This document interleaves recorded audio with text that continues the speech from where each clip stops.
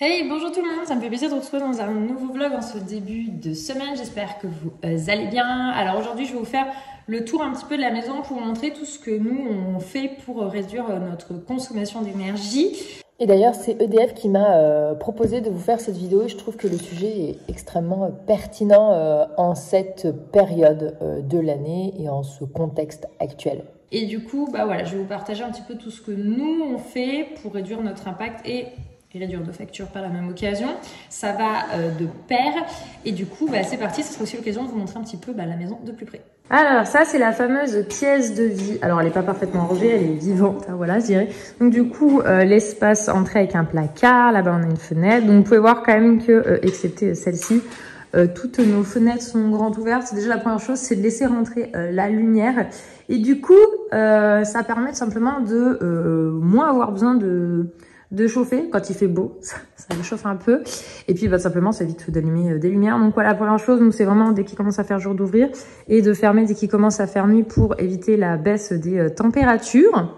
Après, l'autre chose qu'on a faite, vous voyez, on porte des pulls. T'as un pull toi? J'ai pas une bêtise, ouais. T'as un petit pull. C'est de porter des pulls parce que du coup, on a baissé nous le chauffage puisqu'on l'a enclenché là courant. On l'a enclenché quand? En novembre, bientôt. Courant novembre, en bas dans la pièce de vie principalement. Pour moi, à l'étage, on ne met pas le chauffage puisque du coup, nous, le bas, c'est vraiment la partie pièce de vie. Et en haut, c'est essentiellement chambre et salle de bain. Et donc, on chauffe à 19. Donc, on a ici, on a investi cette année dans un... Anto, moi j'appelle ça ça s'appelle comment le terme? Parce que moi, à chaque fois, je me plante, c'est un... C'est une sonde de température. Une sonde de température, je sais pas pourquoi j'ai un thermostat ambiant, c'est une sonde de température, puisqu'en fait, nous avons ici un chauffage au sol réversible avec une pompe à chaleur qui a pas beaucoup de temps, donc il faut savoir que c'est quand même des systèmes qui consomment moins et il y a des aides de l'État si vous installez des pompes à chaleur, donc sachez-le. Il y a des aides dans l'État si vous devez, si vous étiez au fil, que vous voulez changer, etc. Et donc ça permet de capter et du coup de baser la température dedans, parce que nous de base on avait un capteur extérieur et qui chauffait l'intérieur en fonction de la température dehors, mais des fois du coup ça chauffait trop. Donc ça permet qu'ici qu'en gros, s'il fait 19, ça chauffe pas, etc. Donc ça vraiment, c'est pas négligeable au niveau de la consommation, puisque on fait d'1 degré, je crois, facilement 7% d'économie de consommation et sur la facture. Donc vous pouvez le voir, l'ambiance de Noël est ici, on a fait ça ce week-end. Hop, après on arrive à l'arrière de la maison, donc là vous voyez il y a tous les trucs ici pour le chauffage au sol et la pompe à chaleur, vous voyez la petite lumière et là-bas c'est notre chaufferie cette pièce-ci. Donc ensuite il y a tout l'arrière de la maison, donc par exemple ici on ne chauffe pas, c'est le bureau des enfants. Voilà la salle de jeu, plus juste à dire. WC, salle d'eau.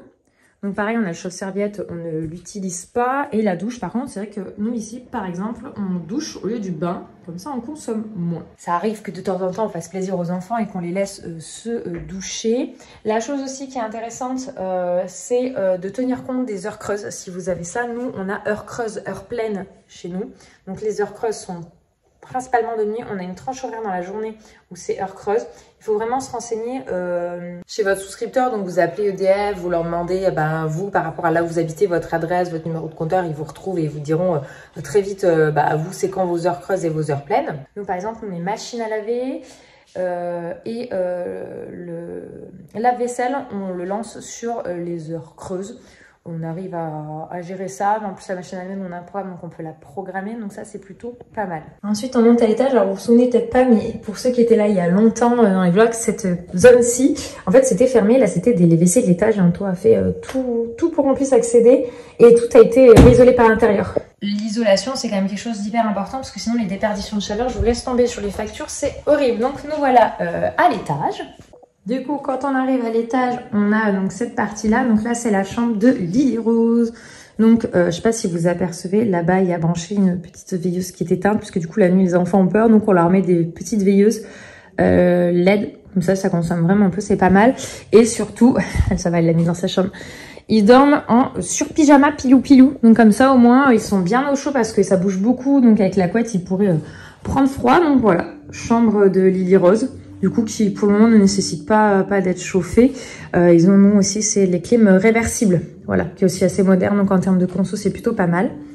Ensuite, c'est notre chambre. Nous, on n'ouvre pas toutes les fenêtres, parce qu'on en ouvre donc une. Voilà, donc là pareil on chauffe pas, mais si besoin on a clim réversible. Et on avait investi au cas où dans des chauffages, mais vous savez avec de la pierre, donc qui maintiennent bien la chaleur, ce qui fait que ça consomme vraiment très peu. Donc voilà. Chambre de mon Dédène, de mon grand. Donc il a une grande chambre. Vous voyez qu'ils n'ont pas fini de ranger ce week-end. Donc pareil, clim réversible, on secourt ça. Et puis pareil, vous voyez, il a son pilou sur son lit. La chambre de Bibi, regardez-moi ça là. Il y a le chat qui dort dedans. Donc elle a sa gigoteuse en plus de sa couverture. Et là, on est dans notre salle de bain du haut, qu'on n'utilise pas forcément très souvent. Ça dépend, des fois, soit il se douche en bas, soit on se douche en haut. Mais voilà, pareil, donc tout est ouvert pour la lumière. Et donc nous, c'est vrai que même la nuit ou autre, on a toujours tout qui est ouvert au niveau des portes. Surtout celle-ci qui ramène donc en bas, pour que la chaleur monte et que du coup on ne ressente pas le besoin de se chauffer. Après à l'étage ils ont aussi des chaussons parce que ça ne chauffe pas au sol. Donc si les enfants veulent ils ont les chaussons pour ne pas prendre froid tout simplement. Même si clairement ils bougent donc ils n'ont jamais froid ces gosses. C'est ta potée? La potée vegan. Chouchou il est en train de me faire chauffer de l'eau là. Et d'ailleurs dans les petites astuces c'est de toujours couvrir parce que du coup ça chauffe plus vite, ça consomme moins. Ça évite de foutre de la vapeur de partout. Et d'ailleurs, nous aussi, ce qu'on fait, c'est qu'une minute avant la fin de cuisson, on éteint les plaques en question parce qu'en fait, ça ne va pas ne plus cuire en l'espace d'une minute. Donc, ça consomme toujours un petit peu moins. Donc, voilà, juste moi, ce midi, c'est très simple. C'est pâte avec du gruyère, ce que j'ai envie. Et on va se finir la potée aussi avec Anto. Bon, on a fini de manger. Je vais nettoyer après mes plaques. D'ailleurs, faites-le quand vos plaques sont encore un petit peu chaudes. Du coup, ça part plus vite. C'est la même astuce d'ailleurs pour le four de le nettoyer quand il n'est pas encore à 100% froid. Comme ça, au moins, c'est parfait. Il n'y a pas besoin de le faire chauffer.